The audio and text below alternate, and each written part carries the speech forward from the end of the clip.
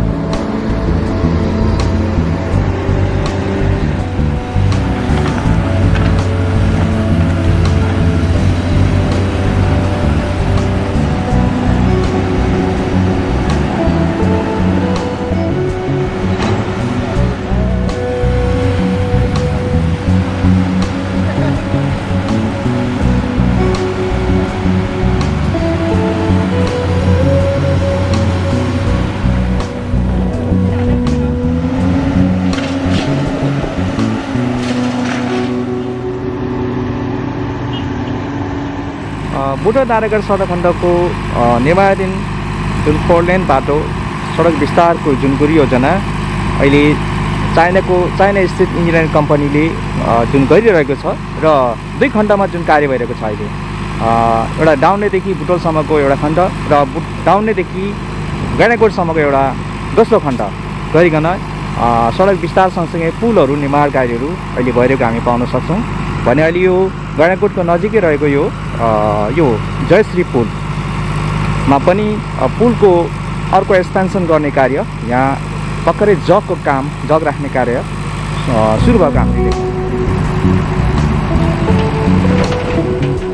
अपडेटहरू पनि अघिल्लो एपिसोडहरूमा देखाइसकेको छु भने अब यो थुन्सी नजिकै रहेको यो जयश्री पुल हो र यहाँ अहिले भर्खरै यो पुल निर्माण कार्य भइरहेको तपाईँलाई यो जानकारीको साथै यहाँ भएको भिडियो सामग्री काम भइरहेको दृश्यहरूबाट तपाईँलाई जानकारी दिने प्रयत्न गर्दैछु। खाने क्रममा पानीको मुहान निस्केको हुनाले पनि अहिले पानी कटाउन लागि यसरी यन्त्रबाट पानीलाई बाहिरी क्षेत्रमा यसरी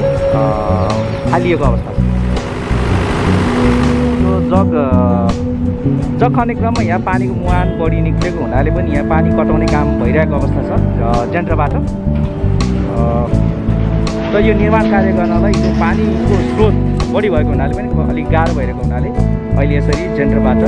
पानी अर्को ठाउँमा चाहिँ कटाउने कार्यहरू भइरहेको हामी देख्न सक्छौँ।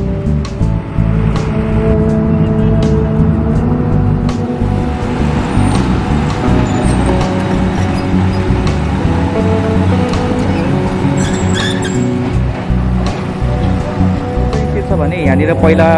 पुरानो ब्रिज थियो यहाँनिर पुरानो ब्रिजको यो जगहरू अहिले निकाल्ने कामहरू गर्न खोजिरहेको अवस्था छ किन पुरानो पुलको जगहरू यहाँनिर पुरानो पुल एउटा भाँचिएपछि त्यसपछि नेक्स्टमा यो पुल बनेको अवस्था हो र चाहिँ अब यसैकै ठाउँमा अहिले 4 लेनको चाहिँ बाटो विस्तारको क्रममा अर्को पुल नयाँ पुल निर्माण गर्नुपर्ने हुनाले पनि अहिले यो पुरानो जगलाई यसरी भाइब्रेसन गरेर यसलाई चाहिँ फुटालेर निकाल्ने काम हुँदैछ र त्यसपछि नयाँ फेरि यहाँ जगको अर्को कार्यहरू थाल्ने हुन्छ।